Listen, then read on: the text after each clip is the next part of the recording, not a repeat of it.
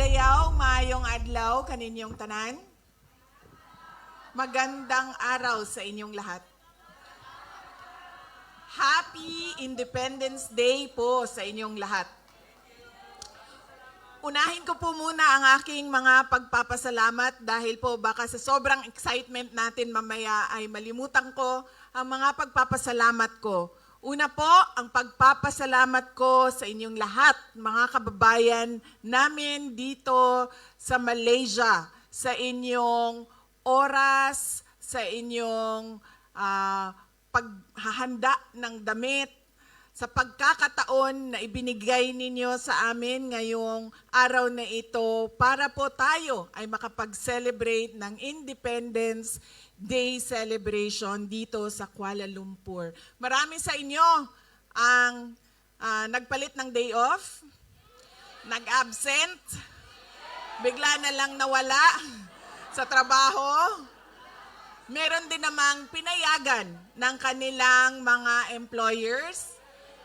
At marami ang binago ang schedule para lang tayo ay magsama-sama ngayong araw na ito. Maraming salamat po sa inyong lahat. Alam ko po yung pagbabago ng day off dahil kanina doon sa baba, pagdating ko ay meron tayong mga kababayan na nag-aantay. Picture na lang daw sana dahil hindi sila imbitado at hindi sila makaakyat dito sa taas. So sabi ko, wala namang problema. Ako nang bahala sa inyo. Picture tayo dito, akyat tayong lahat doon sa taas. Nasa likod po sila. At noong kami ay paakyat sa elevator, sabi po nung isang kababayan natin, Inday Sara, nagpalit ako ng day off para sa iyo. Kaya po, una po talaga ang aking pagpapasalamat sa inyong lahat dahil nandito kayo. Pangalawang pagpapasalamat po ay para po sa Maisog, Kuala Lumpur at sa Kingdom of Jesus Christ.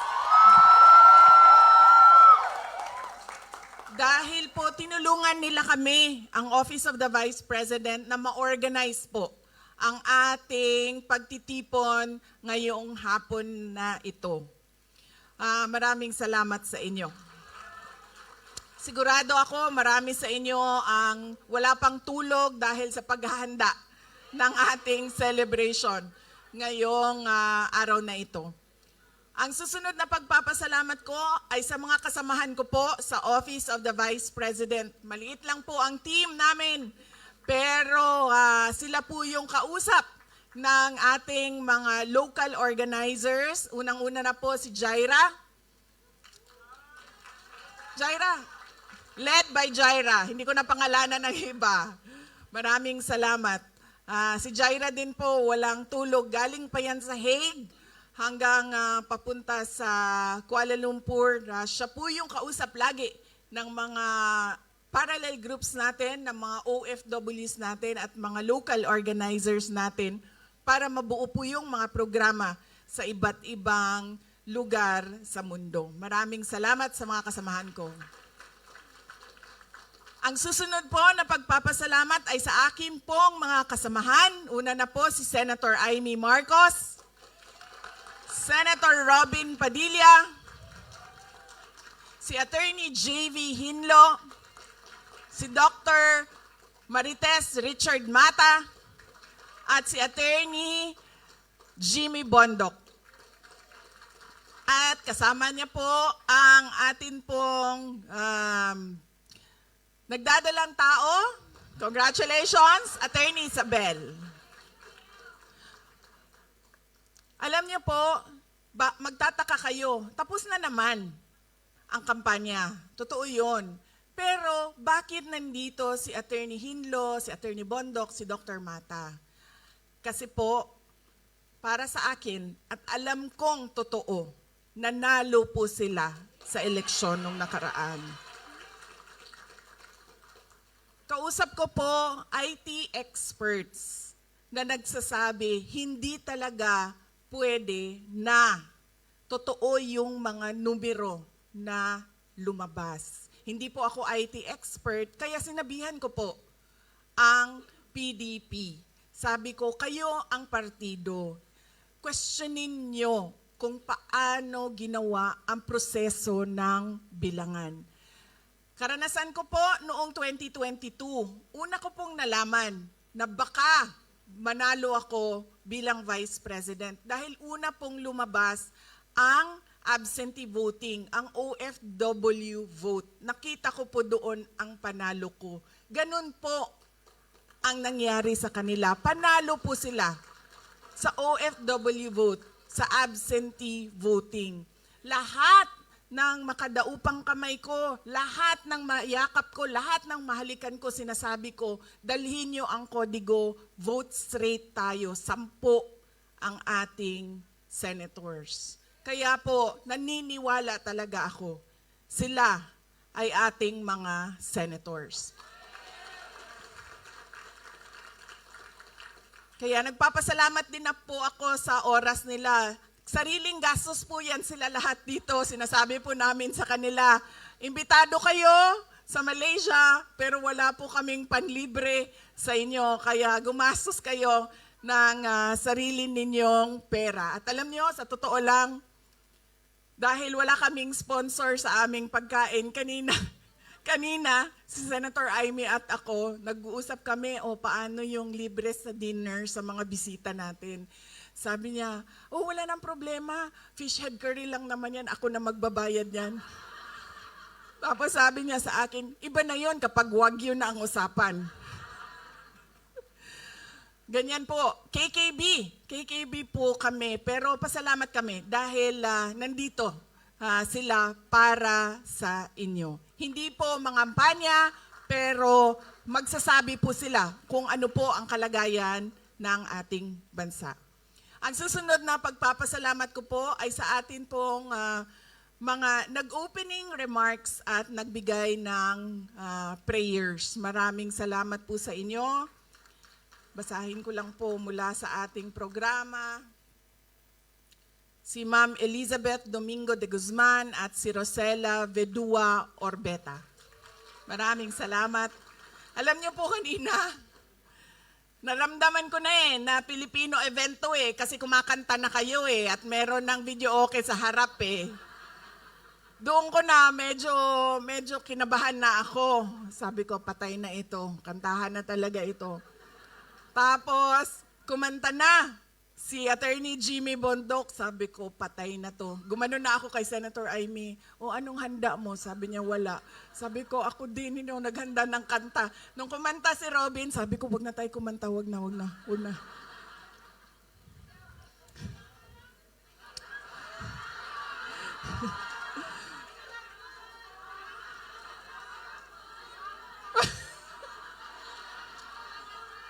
Mag-practice muna kami ni Doc Marites Mata, ha? Tapos babalikan namin kayo mamaya. Kabisaduhin ko muna yung kanyang moves. Kaya po, tapos naramdaman ko po yung init ng inyong pag-welcome ba? Yung init ng inyong pagtanggap sa amin dito. Maraming salamat. Thank you, ma'am. Kinabahan ako sa inyong kanta talaga kanina. Sabi ko, patay, wala akong handa. Noon po kinakanta yung You Raise Me Up. Ito po ay alam nating lahat, kanta ni dating Pangulong Rodrigo Duterte. At lagi ko po yung naririnig. Sa sasakyan niya, sa bahay niya, pinapatugtog niya yan. At alam niyo po, kanina, medyo na-touch ako sa kanta. Dahil naalala ko siya. At syempre, malayo siya sa ating lahat. At alam niyo, naalala ko din siya sa mga turo niya sa akin kanina. Dahil medyo syempre ano yung damdamin ko sa kanta, pero naalala ko, lagi sinasabi niya sa akin noong ako ay lumalaki, bawal umiyak. mag-isip ka lang ng solusyon, always forward, bawal umiyak. Ito, hindi ako nagpaalam kay Kitty, pero sabihin ko na sa inyo, nung isang beses na magkasama kami sa pagbisita doon sa loob ng ICC Detention Unit, sinasabihan ko na yan sila lahat bago pumasok, huwag kayo umiyak doon sa loob, huwag kayo umiyak kasi magagalit yan. Huwag kayo umiyak. Yan beses yan. Isang beses, kasama ko si Kitty, hindi nakapagpigil. Kasi siya naman ay malapit talaga kay Pangulong Duterte. In fact, hanggang ngayon, pag merong pagkakataon, ay tumatabi pa din sa tulog si Kitty sa aming tatay. So umiyak. Gumanon na ako sa kanya. Tapos, nakita siya. Siyempre, nakita siya kasi gumaganyan doon eh. Tapos, pinagalitan. Sinabihan siya, your tears won't help. So sabi ko sa kanya,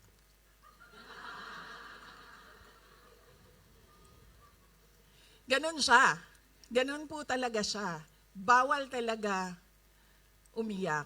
Noong bata pa ako, naalala ko, kasi lagi sinasabi, di ba? Pag natumba tayo, Pilipino, pag natumba yung bata, nagagalit yung magulang. Di ba? Oh. Nadagba ko. Sinundo niya ako sa paaralan, tumatakbo ako papunta sa sasakyan, tapos diretso, plak! Diretso talaga, flat. Medyo hindi pa ako kaagad kasi nagulat ako sa nangyari sa akin eh. Masakit. Pero nakita ko, nakatingin yung tatay ko, nandun sa sasakyan eh. Gumaganyan. Upo ako sa sasakyan, tapos sabi niya, huwag ka umiyak. Masakit eh, di ba? Diretso eh. So ganon po, kahit noong nakwento ko na ito, noong nasa law school ako, iyak ako, sabi niya, hindi nakakatulong yaang iyak mo. Ang dapat mong iniisip kung ano yung solusyon sa problema. Kaya kanina, napakaganda nung kanta at naramdaman ko talaga siya dahil naalala ko yung tatay ko pero bawal umiyak. So, at alam niyo po, Attorney JV, totoo yan. Itim po ang nararamdaman nating lahat ngayon kung ano yung nangyayari sa bayan natin. Kaso po, nung binasa ko yung program, nakalagay po doon, my best dress contest. Sabi ko doon sa mga kasama ko, kasi nahuli na dumating yung mga kasama ko eh. Nung nabasa ko yung program na may best dress, sabi ko, pakisabi, dalhan ako ng Filipiniana. Kasi sasali ako sa best dress contest, di ba? Siyempre. Sali ako sa programa na ito. Pero, nung pagpasok ni Robin Padilla, nakita ko yung kanyang barong, sabi ko, aba, napakaganda ng pagkasukat, pagkatahi. Yung sa akin medyo maluwang-luwang pa. Sabi ko, wala na, talo na ako sa best dress.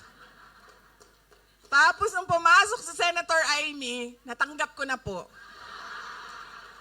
na hindi ako ang best dress. Sabi ko sa kanya kanina, sabi ko, ang ganda ng green mo. Sabi ko, sa akin na yan. Binigay naman niya sa akin. Gusto ko yan dahil see-through parang pang Ivana Alawi. Kitang-kita dito no? Pero, kanina, nung nakatayo si Attorney Jimmy Bondoc dito sa harap, Attorney JV, naisip ko na siya na lang ang ating i-best dressed sa table namin. Kasi nagpagawa siya ng barong para sa oath-taking niya.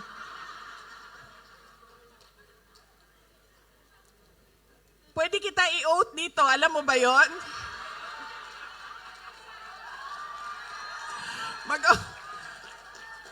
Pwede ko i-administer yung oath mo.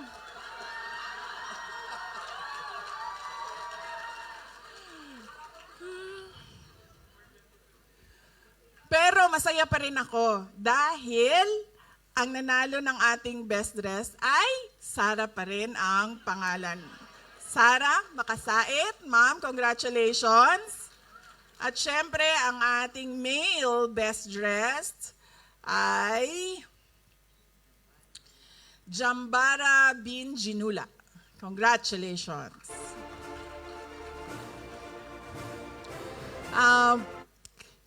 Doc Marites, bahala na si Batman, diba? Sabihin ko sa'yo, wala nang mas Pilipino pa sa akin. Kanina, si Jaira, yung atin pong lead organizer galing sa Office of the Vice President, 1:34 na. Nasa hotel pa ako. 1:30 ang magsisimula yung program natin, di ba? 1:34 na, nasa hotel pa ako. Sabi ko sa kanya, Jaira, sabi ko, gusto nyo ba na magsimula na kayo? Kasi ang usapan natin, 1:30. Hahabol na lang ako. Sabi ni Jaira, hindi. Kasi gusto ng mga kasama natin, mga kababayan natin, kasama kanila na kumanta ng Lupang Hinirang. So sabi ko, okay.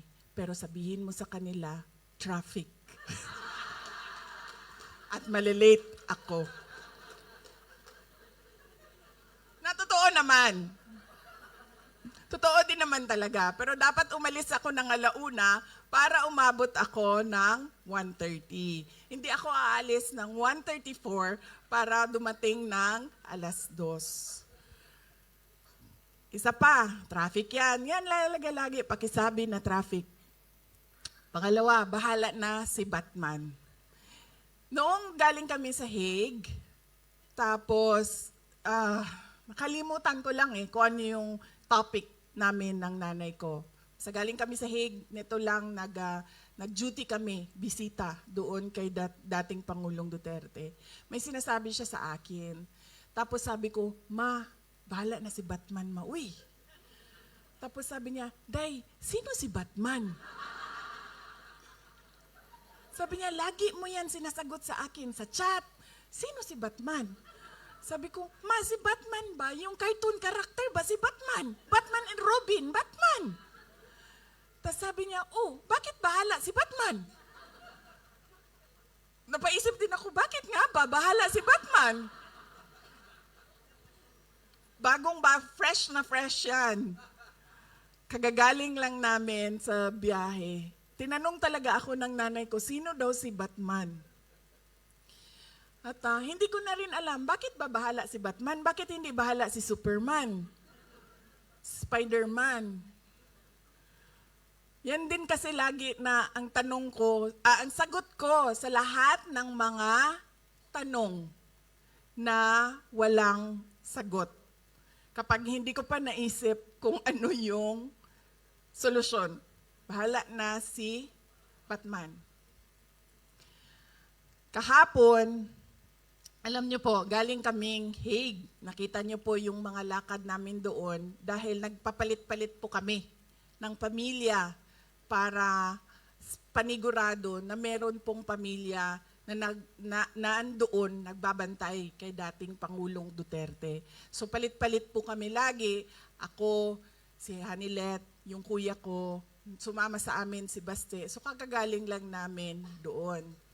Tapos, sa sobrang pagod ko, sa totoo lang din talaga, pagod na din talaga ako na magbiyahe doon. Kasi, ano ba yung biyahe doon? 6 hours plus 9 hours, no? 15 hours yon papunta, tapos 15 hours yon pabalik. Tapos gagawin mo yon every 2 weeks. 15 hours. So napagod ako. Hindi ko na naayos yung aking gamit. Dahil umuwi lang kami ng isang araw. So umuwi kami ng 5, no? Tapos 6 nasa office tayo. Yes, umuwi kami ng June 5. June 6, nasa office kami kasi kailangan namin magpirma at yung mga mag-oath-taking, pwede ka din mag-oath-taking sa office namin. May schedule pa kami sa May 25, ata yun. At pagkatapos nun, June 6 ay aalis na kami. So sa sobrang pagod ko, yung maleta ko, suitcase ko, galing sa Hague. Yun ang dinala ko papunta sa biyahe namin. Galing kaming Vietnam. Sinama ko po yung anak ko at kami lang dalawa at nagbiyahe kami ng Vietnam. So yung dala ko, yun ay galing sa Hague. At nakakatawa dahil yung mga pasalubong na dapat maiwan sa Pilipinas ay nandito po siya sa Malaysia. Ganyan ang sobrang pagod ko na sabi ko sa kasama ko, ilagay mo na lang yung 2 Filipiniana, ito dinagdag lang kasi nagkulang. 2 Filipiniana, ilagay mo na lang yung pasok mo. Tapos, padala mo na yan. Yan na yung check-in. So kahapon, naubusan na ako ng damit. Tapos, sabi ko sa laundry, sabi nila 24 hours pa daw. So hindi mabalik kaagad dito sa hotel. So sabi ko sa anak ko, punta tayo ng mall kasi kailangan ko bumili ng t-shirt. Dahil kailangan ko ng pangpalit, no? Yung pantulog, okay lang yun, paulit-ulit eh. Kahit nung nagsimula siya nung May 24, pabalik-balik siya. Okay lang yun. Pero yung sa panlakad, kailangan talaga, fresh, no?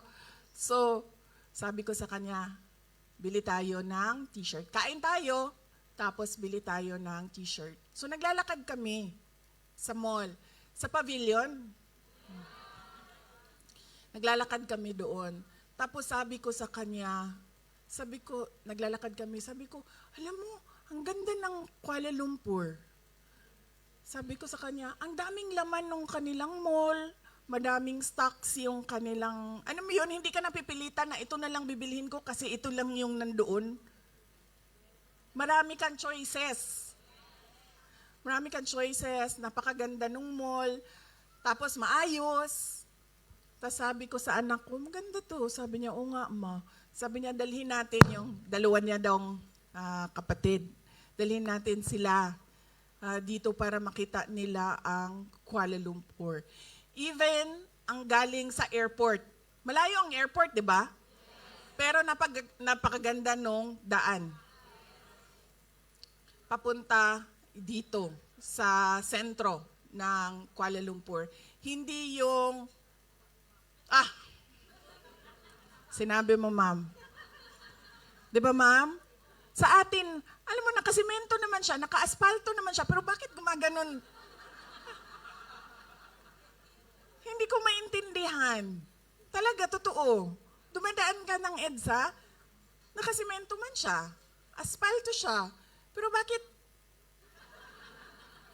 dito suabe? Di ba? So, yun yung nakita namin na dapat kaparte ng programa natin sa Independence Day. Yung mga best practices sa ibang bansa na kayong lahat nakita ninyo. Dahil tumira, nagtrabaho, 20 years, 15 years, 10 years kayo sa ibang bansa at nakita ninyo kung ano yung mga pinakamaganda na ginawa nila para sa kanilang bansa na gusto natin makita sa ating bayan. Na ngayon ay pangarap pa lang, pag-uusapan natin, pero sa susunod dapat nakita natin, naramdaman natin, at maipamana natin sa mga anak natin. Hindi yung kung ano yung 1990s, ay ganun pa rin ang ibigay natin sa ating mga anak. Kaya po napakahalaga ng celebration natin ng Independence Day.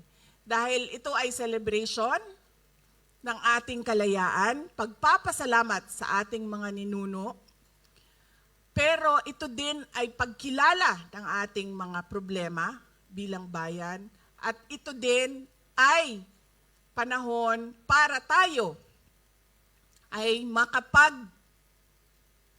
makapagbigay ng ating mga pangarap para sa ating pinakamamahal na bayan. Isang maisog na pagbati. Intro pa lang po yun. Ito po yung totoo na speech. Ito po yung totoo na speech.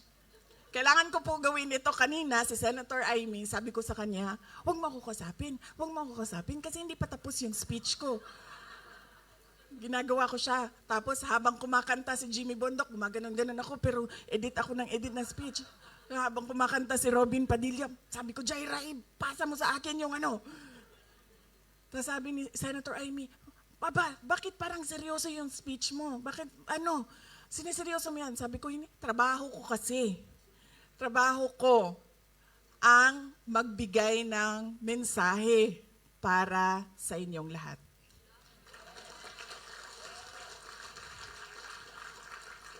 Isang maisog na pagbati para sa lahat ng mga Pilipino dito sa Malaysia at sa lahat ng mga Pilipino sa buong mundo na nanonood sa ating live streaming na nagtitipon at nagdiriwang ng Araw ng Kalayaan.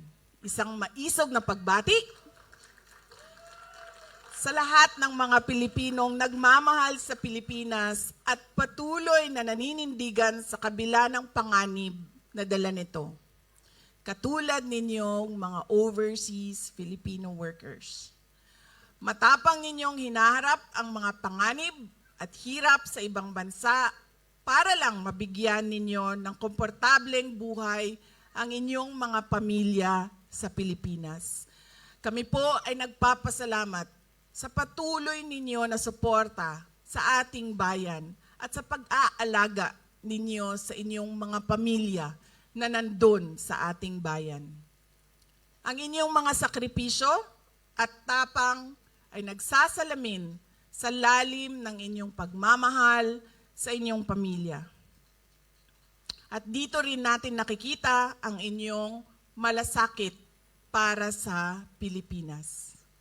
Ang ating pangarap ay lumaya sa kahirapan at maging matatag ang bansa.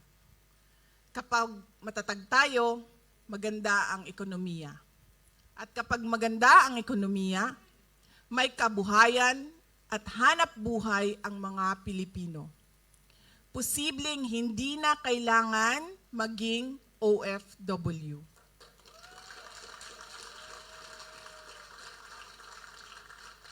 Aalis lang po tayo sa ating bansa, hindi dahil sa pangangailangan, kundi dahil sa kagustuhan. Sa ating pagdiriwang ng Araw ng Kalayaan, tandaan natin ang mga sakripisyo ng ating mga bayani na dahil sa kanilang pagmamahal sa Pilipinas ay walang takot na itinaya ang kanilang buhay at lumaban.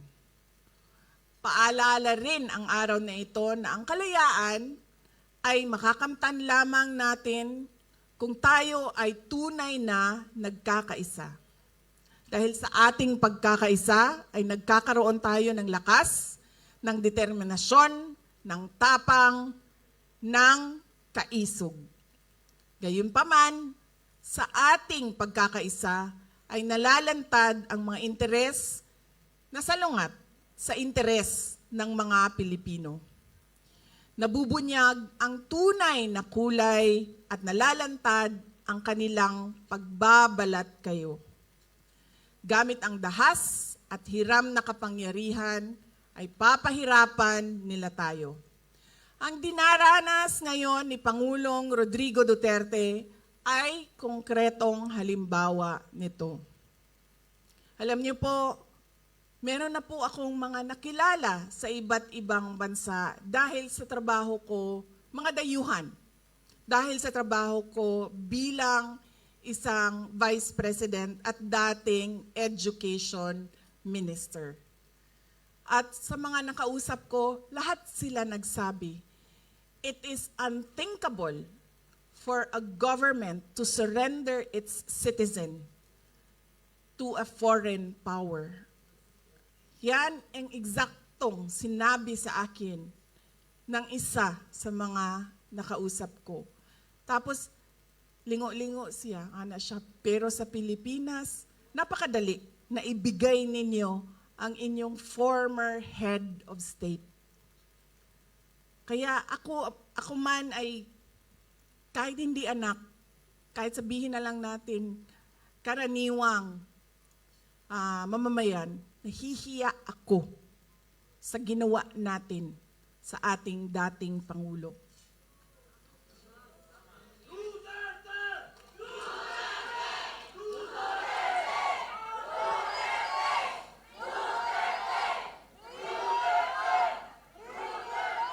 At syempre, inimbita ko si Senator Amy Marcos, kung saan man ako pumupunta, dinadala-dala ko siya. Kasi sinasabi ko sa kanya, hindi ako ang magbabalik kay dating Pangulong Duterte sa Pilipinas. Dahil ang kapatid mo ang nagpadala sa kanya sa Hague, ikaw ang magbabalik sa kanya sa Pilipinas.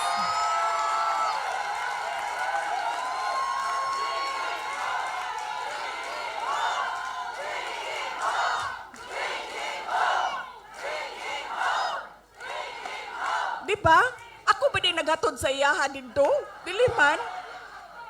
Diba? Di iyahang igsuon man, di ikaw ang magbalik ana dito sa mga sa Davao. Kaya dala-dala ko yan siya lagi, kahit saan ako pumunta. Kasi alam nyo, bakit? Kahit saan din ako pumunta, lahat ng Pilipino nagsasabi, iuwi mo sa akin. Sinasabihan ako, kahit nung bata sa kampanya namin sa Manila, maliit na bata na pagbaba ko sa stage, mukha siyang mga 8-9 years old. Sabi niya sa akin, ibalik mo si Tatay Digong. Bakit ako? Ikaw! Diba? Kaya dala-dala ko yan siya. Kahit saan. Para siyang naka-hostage. Bibitawan ko lang yan siya kapag si dating Pangulong Duterte ay nabalik na sa Davao City.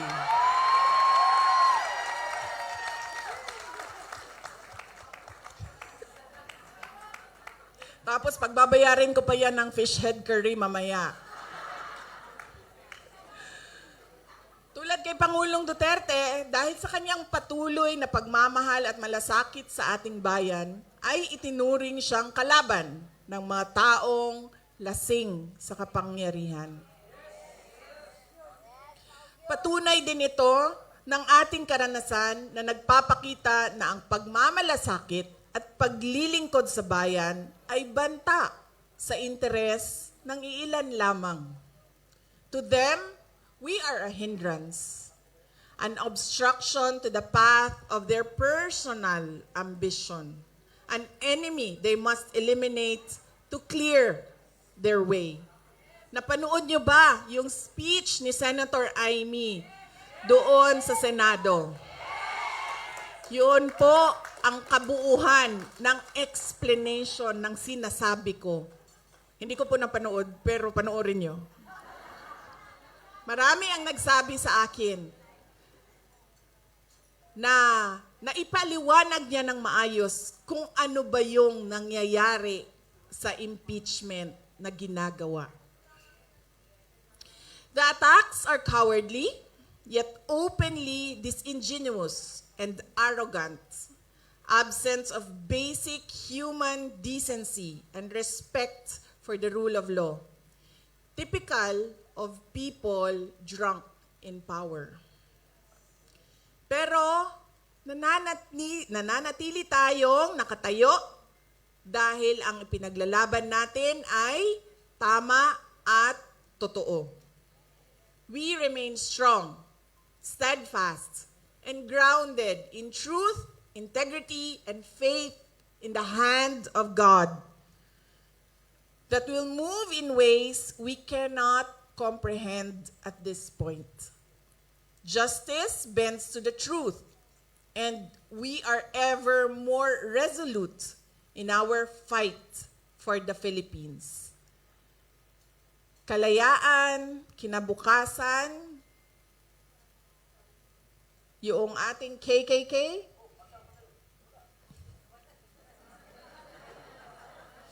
kasaysayan, kalayaan, kinabukasan.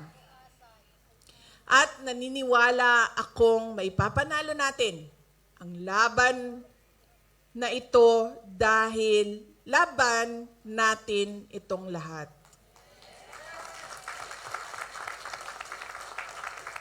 Maipapanalo natin ito sa kabila ng mga banta, pananakot, pagmamalabis at bangis.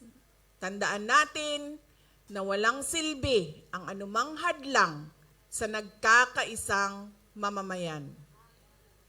Mga kababayan, alam na natin lahat kung ano ang problema ng ating bayan. Dahil nagrereklamo tayo araw-araw. Kami na nandoon sa Pilipinas, nararamdaman namin araw-araw. Example na lang, yung tagtag ng EDSA araw-araw. Kaya ang consultation namin ngayon ay hindi kung ano yung reklamo, kundi kung ano yung naisip ninyo at nakita ninyong solusyon.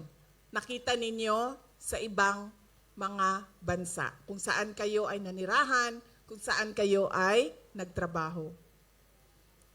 Whether by choice or by force, you have lived and worked abroad. You have witnessed effective systems and thriving communities. What best practices from other countries should be adopted in the Philippines? What changes would you like to see for a better future? Sa konsultasyon na ito, nais naming marinig mula sa inyo ang inyong mga karanasan sa ibang bansa upang mabago natin ang direksyon ng ating bayan. We should demand change. We should fight for change. Ang araw ng kalayaan ay maging inspirasyon sana natin para patuloy na maging tapat na mga Pilipino. Tulungan po natin ang Pilipinas, huwag tayong mapagod sa pakikipaglaban para sa magandang kinabukasan ng ating mga pamilya, lalong-lalo na ng ating mga anak. Huwag nating ipagkunulo ang kapwa Pilipino o isuko ang interes ng Pilipinas. May pag-asa po tayo. At bilang mga maisog na mga Pilipino, may magagawa tayo. Mga kababayan, sa ating patuloy na pagkakaisa ay hindi tayo mabubuwal. Hindi tayo matutumba. Hindi tayo mapapabagsak. Maligayang araw ng kalayaan, Pilipinas. Ang lahat ng ginagawa natin ay para sa Diyos, sa bayan at sa bawat pamilyang Pilipino. Syukran.